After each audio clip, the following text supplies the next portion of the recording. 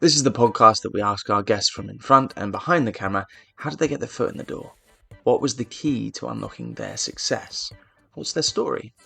Our guest today is an Oscar nominee. His career has been filled with films, TV, documentaries, and animation. But his career really took off when he wrote and directed Napoleon Dynamite. We chat about starting his career in the camera department, mixing animation with live action in the highly anticipated Minecraft movie, his most embarrassing moment involving Jim Carrey and some edamame beans, and his latest family animated movie, Netflix's Thelma the Unicorn. Our guest today is director Jared Hess. What kind of bike do you have? It's a sledgehammer. Dang, you ever take it off any sweet jumps? Hey, how's it going? Hi, man. Good. How are you? I'm good. Are you in London? Where are you? Yeah, I'm in London. It is 10:35 p.m. I'm Not sorry, too. I'm in Wellington, New Zealand, dude, and it's like the butt crack of dawn over here. Oh, is Other it? side of the world. Yeah, What, yeah. what time is it? It is. It's like 9:30 in the morning. Yeah, 9:30 Oh, a.m. wow. And I guess you're out there shooting, aren't you? Is it the Minecraft movie, I'm guessing? Yeah. We finished last week. So yeah, we're doing all the post-production here. So Awesome, yeah, awesome. over at the Your career fascinates me. Looking at how it started and obviously with short film and then Napoleon Dynamite seemed to come pretty soon yeah, after. What yeah. was how did that begin? How did you become interested in directing and writing and creating? Yeah. Man, so I loved movies so much as a kid, growing up in the 80s and just growing up on, Steven Spielberg movies and, E.T. and, Star Wars and all of that stuff, like the 80s BMX movie Rad. Like those are like my favorite films growing up as a kid. And it was like, man, it's so amazing. And it never occurred to me that I knew that people made movies, but one day my friend showed up with a video camera and he's like, "Hey man, we just made a movie." I'm like, "What? You made a movie?" Like I didn't think that kids could make movies. It was just so exciting. And so I was like, "Dude, can we go make one right now?" And we went and made a horrible movie on my trampoline, lots of kung fu. And it just became my hobby. And for a long time I thought I was obsessed with like special effects and ILM and had like the big coffee table book and just loved like stop motion and just loved everything. And then I started interning at a pretty young age. A friend of my mom and dad was a cinematographer, and every summer, whatever he was working on, I would work in the camera department. So starting at the age of 14, I would work as like a camera assistant, camera Mm. loader, marker, doing all that stuff. Yeah. Just getting production experience. It would be like, a month or two out of the summer that I was able to work with him. And, and then I went to film school and for a while thought like, oh yeah, maybe I want to be a cinematographer. So I was like shooting just because I had camera experience shooting on film, and I was the DP for a lot of different film student productions. And then I realized I was like, I've got these ideas of my own that I want to do. And so I took a couple of screenwriting classes and just I was like, yeah, it feels weird serving somebody else's vision. Like I've got stuff that I want to do. And so wrote a bunch of short films, wrote Peluca, that's where my heart was. And then, we went and made that short film. And then Jerusha and I met and started writing Napoleon Dynamite together. And we were, gosh, I think 22 when we started writing it. We were still in the film program. And then, everybody that we were working with in film, we all went up to Idaho one summer. We were able to get the money, like $200,000 production budget, and get a discount on Kodak 35 and like some Panavision bodies, and went up to Idaho for 23 days and made Napoleon Dynamite. And Wow. yeah, and I knew that like, anybody who's smart knows that, like, a film degree doesn't mean anything to anyone. They want to see your work. Your work speaks Mm, for itself. You have to go out and make something. And I knew that right away. Like, I'd seen people come through prestigious film programs and like, well, I got a degree from USC or whatever great film school, but they never made anything while they were there. You know what I mean? They didn't, mm, it's like they had to go out and make something first. And yeah, so is, yeah, so we did that, and then it was like, okay, well, maybe we can get into a festival somewhere, and start to get our film career going. And luckily, we got into Sundance, and then it got, there was a bidding war for the film, and it got, bought by Black Searchlight and MTV Films, and then it got released. And yeah, so I mean, that's how it all started. mm, But yeah, it was a hobby. It was just a love for cinema, and if you're mm, a mm. kid growing up in the States in the 80s, it's like those are the movies that all the Spielberg stuff, all the Lucas stuff. Mm, mm. Um, and Oh, then of your course. What a horizons great get era broadened. for film. Yeah, yeah, yeah, totally. Yeah, I wanted to ask you about that because I did see that you started off in the camera department, and that's interesting because I remember Napoleon Yeah. Dynamite coming out here in the UK, and just thinking it had such a distinctive look to it and style, um, and just such a hilarious film. Were you at that point? Were you quite heavily involved with the way it looked as well, and the way it was shot? Oh yeah. I mean, yeah, of course. Like, yeah, yeah. I mean, every aspect of it. It's like we shot it in my hometown where I grew up. So all of, when you're doing an independent film, it's like you have such limited resources. You have to really get creative of, locations you're going to have access to. So all the locations in the film were places where I'd grown up, and lived. That was my high school that Napoleon goes to. So everything, it was a labor of love. The community really opened up their doors to us, and let us film. Like, the crew were sleeping on, there's no hotels or anything there. So it was like people were just sleeping on couches. And anyway, it was so much fun. I mean, it felt like summer camp. It's like we're gonna go up, with a bunch of film students and go make something in this small little farm town.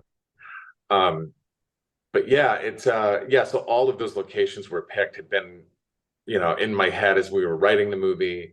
And then Jerusha, my wife and co-writer, like, she was the costume designer, so she went to every thrift store, like, in Idaho and Utah and parts of California, and put together all the wardrobe. Like, she made the Vote for Pedro shirt, like everything. So it was both of us kind of shaping the look of the film Mm. from the very beginning. But yeah.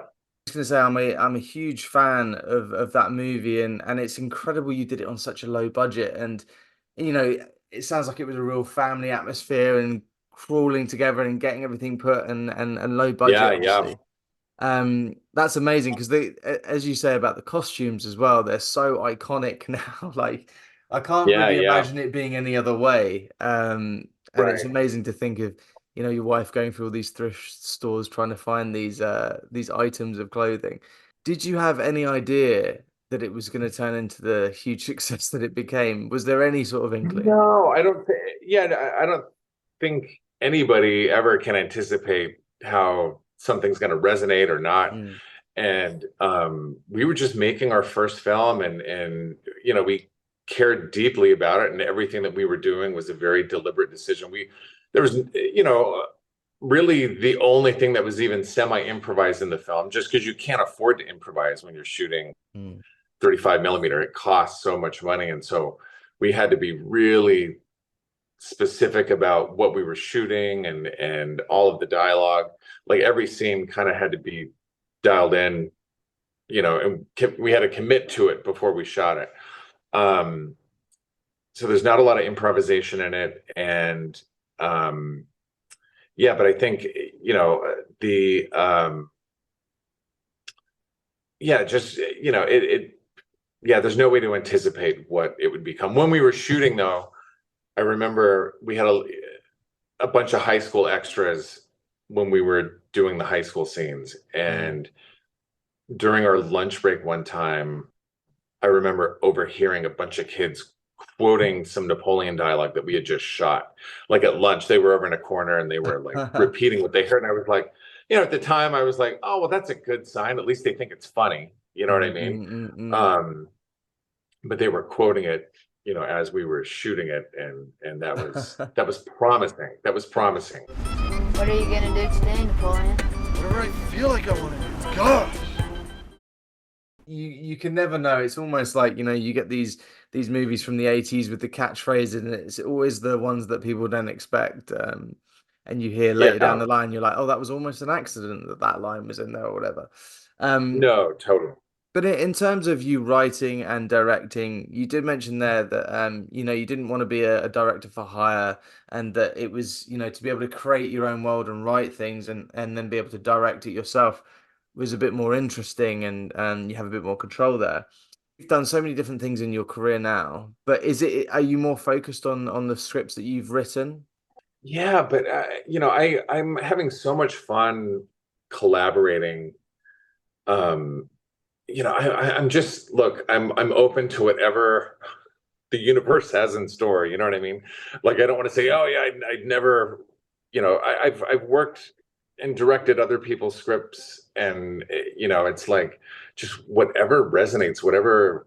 Mm, You really have to care about the thing that you're making, and care about it in the case of animation for 4 years, or 2 years if you're doing live action.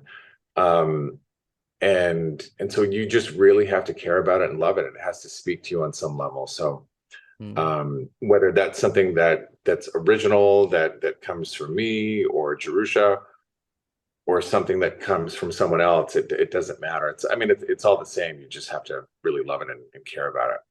Does it feel like a sort of sliding doors moment, looking back at that time where you made your first short film, and now here you are many years later? A lot of stepping stones to where you've got to today. Does it feel like a lot of chance, a lot of luck? It all is. It's like, you just, I think at the end of the day, you just keep trying to make good art that you like that's all that you can do, is continue to make this stuff that you love, that you want to see, that feels important to you. And that's what it's all about, is just you know keep chasing that dream. Mm, um and uh and it may be a documentary, it may be something animated, it may be live action, it may be something. And I just think it's fun to be open to it, and not, for me, having worked in documentary series and animation and feature stuff, and some live action television, I love it all. mm. It's fun to work across all those different formats, and yeah, it's just a lot of fun. Mm. Yeah, well, I was going to say, your career has been so diverse. You go from Muscles and Mayhem documentary, and then you like The Last Man on Earth, but then you've got like Thelma and the Unicorn. It's just Yeah. like it's all so different that you haven't been pigeonholed at all. Um, do you have, you kind of gave a little bit of advice there, but do you have advice for people coming into the industry, perhaps young writers and directors trying to get their foot in the door? Yeah, I think the most important thing um is uh, is I don't know, just trying to keep things personal, like protecting, like what are the stories, like if you want to be a writer, if you want to be a director, if you want to be a creator on some level, is to look at your own story. Like, what are the stories that you tell your friends and the people in your life? Like, kind of start there. Like, what's unique about you, your perspective on the world. And that's that kind of is where you start finding your voice, I think. And it's all about protecting that and trying to not, because there's a gazillion writers and directors for hire that can, imitate what other successful things have done. And but I think people are always looking for just something original, like what's a unique take. It's wild when you look at a lot of directors that have broken into the Hollywood system or the studio system, if that's something that you want to do. But they always, a lot of the recent ones have started their careers in independent film by showcasing that they have an original voice or idea or unique way of seeing the world. And they've demonstrated that with their work. And then it's like, I do feel like studio executives are looking for like a fresh take that they would bring into a new franchise that they're doing, or a film that they're doing. You know what I mean? And it's weird, like the landscape has changed so much from, studios making completely original one-off movies in the 80s, 90s, and early 2000s, where a lot of that have shifted into completely like IP. It's like if you want to make a comedy now, you got to figure out a way to do it within an IP that they've got, or an existing franchise, because they're not making one-off. You can independently, obviously, but yeah, it's constantly evolving. And now with like AI, man, who knows if we're all going to be out of a job. Yeah, But it's scary. yeah, it's wild. It's moving quick, man. It's Yeah. moving quick. What entertainment holds for us in the future? It's wild. It's wild to think about. It was like a year ago they were saying, oh, AI could be a problem, and it like within that year, it's mad to see how much that has evolved. It's crazy. Yeah. It is a little bit concerning, but then hopefully it can be used for good and not completely take over. Yeah. One would hope. Check out the Patreon at patreon.com/life and film, where you'll get episodes early and uncut, amongst other treats. And don't forget to follow us on Spotify and Apple Podcasts. If you enjoy this episode, please leave us a positive rating. Add us on Instagram, Twitter, TikTok at Life and Film Pod, and find our video episodes on YouTube by searching Elliot James Langridge Life and Film. Essentially, please like and subscribe everything. It makes a huge difference. Thank you. This podcast is sponsored by Betterhelp. Do you work in the film industry? Are you freelance? Or perhaps you have a 9-to-5? No matter what you do, mental health affects us all. I struggled early on in my career with the uncertainty of if and when I would ever work again, struggling to pay my bills, or simply with anxiety. Don't know about you, but being an actor, it's very important for me to maintain structure in the downtimes, and I found not only exercise, but talking to someone, for me, was a game changer. And so Life in Film has partnered with Betterhelp to provide you with access to the largest online therapy service in the world. And it can all be done from the comfort of your own home, from a phone, tablet or laptop. No commute, cutting down travel costs, and most importantly, it's affordable. With over 1,000 therapists in the UK, Betterhelp can provide access to mental health professionals with a wide variety of expertise in mental health. If you need someone to talk to and you're thinking of giving therapy a go, Betterhelp is a great option. And being a listener of the podcast, you get 10% off. That's 10% off your first month at betterhelp.com/life and film. That's betterhelp.com/life and film. And back to the show. I would love to ask you about the new Minecraft movie. I don't know if you're allowed to say much about it. I know obviously that's an IP. That's something that people are very aware of. It's hugely popular. Totally. It's got a great No, cast. it's been, yeah, You've no, brought in a it's couple been, of again, your old mates as well, again in this oh one. man, it's so much fun. So we had such a blast shooting. It was just a dream. Is it animated or is it live No, action? it's a hybrid. Yeah. So it's like live action, a lot of visual effects, but yeah. Oh, cool. So it's, Sorry, I interrupted. It's so much fun. So no. We're in the middle of just starting post-production right now. So it's so much fun. We're having a blast. The one film I did notice on your, I mean, I don't know how accurate IMDb is, but I got very excited It's not by very this. accurate. Well, I got very excited when I saw this, so I don't know if it's true. But there was a credit called Shanghai Dawn, which I believe is a sequel to Shanghai Noon, Shanghai Nights. Is that a thing? Tell me that's a thing. That was, oh man, that was like 10 years ago, I think. Really? Oh no! Like, because I'd worked with Owen Wilson. It's Yeah. funny when stuff gets announced. If it ever gets announced anywhere, it'll end up on IMDb and it never goes away, even if like the project's long dead. Yeah. But that was sure. like I had so much fun working with Owen on Masterminds. on Masterminds. Yeah. And then he reached out to see, and I was like, dude, chance to work with like him and Jackie Chan would be amazing. Yeah, I'm just such a huge Jackie Chan fan. I think he's Oh man, One of legend. the best performers of all time. But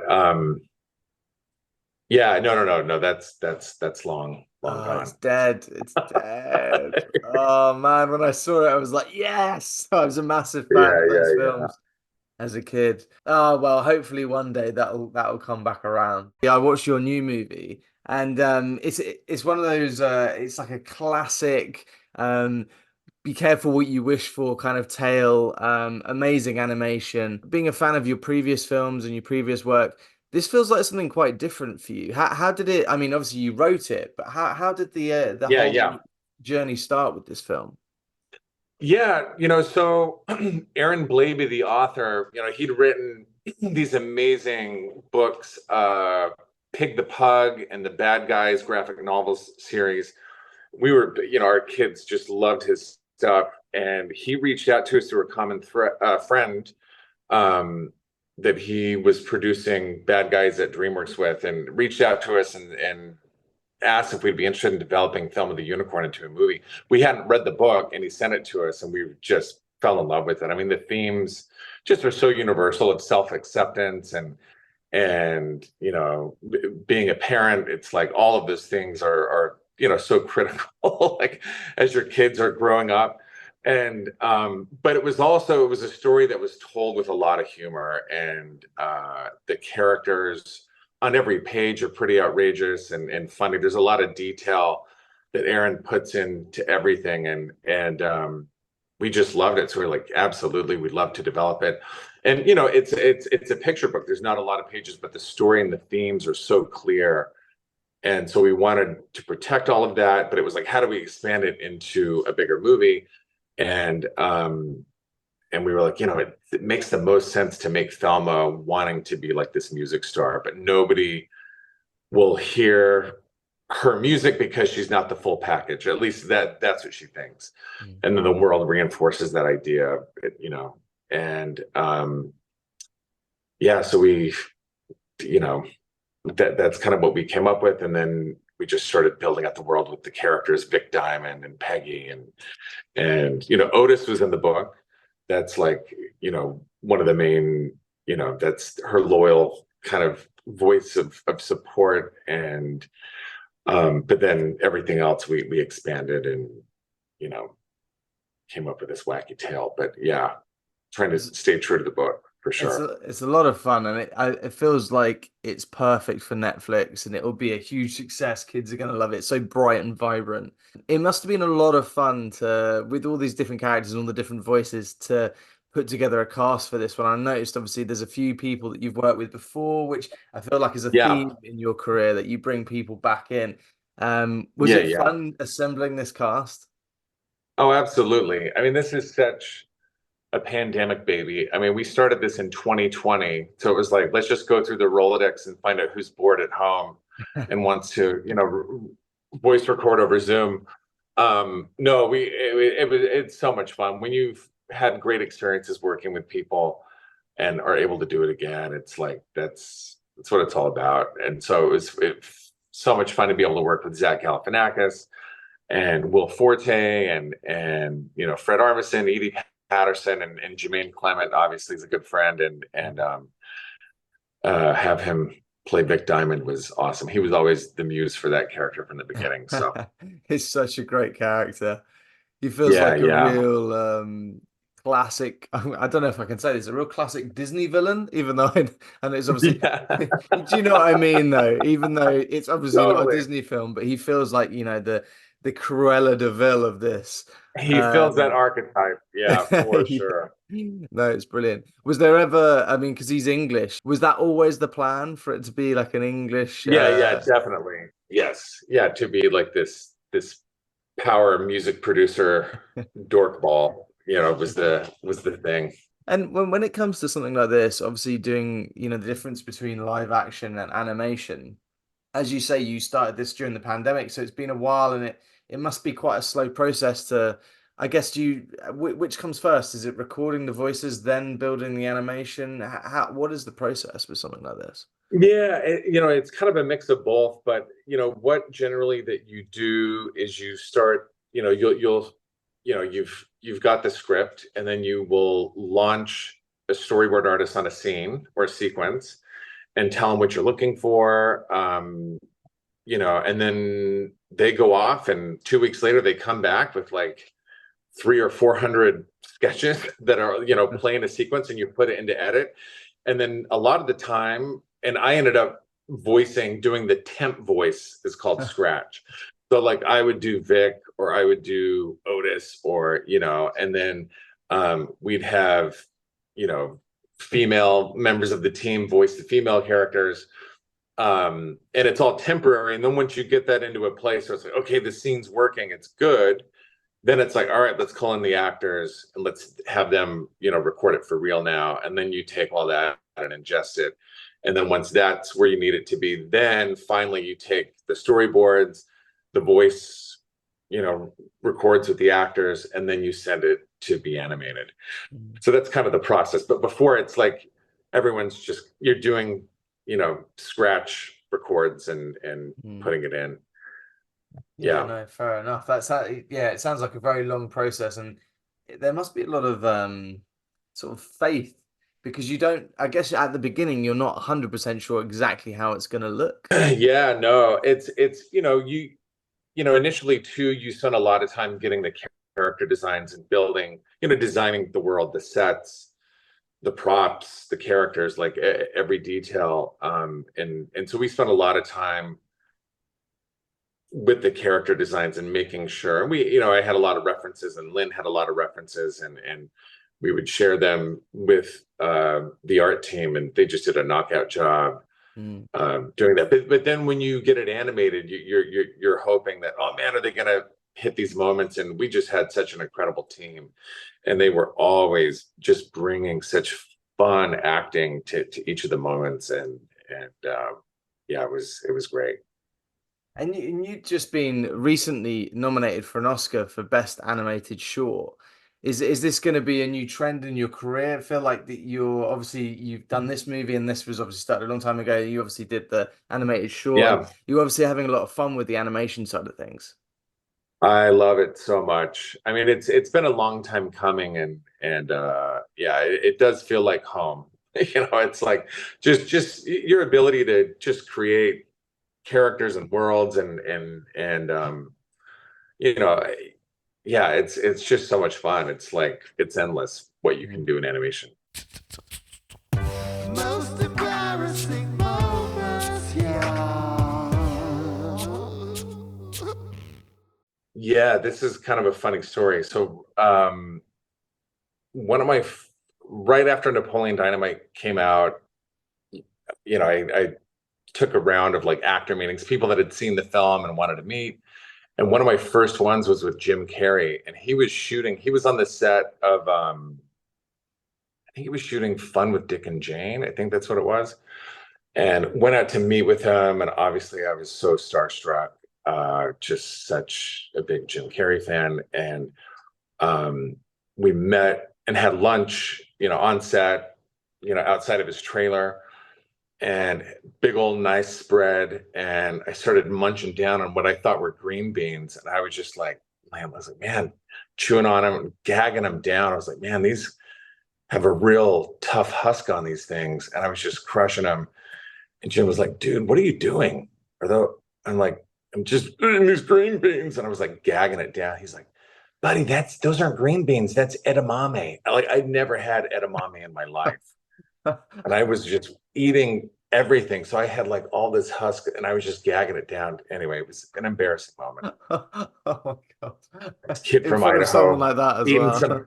some high class edamame. I didn't even know what it was.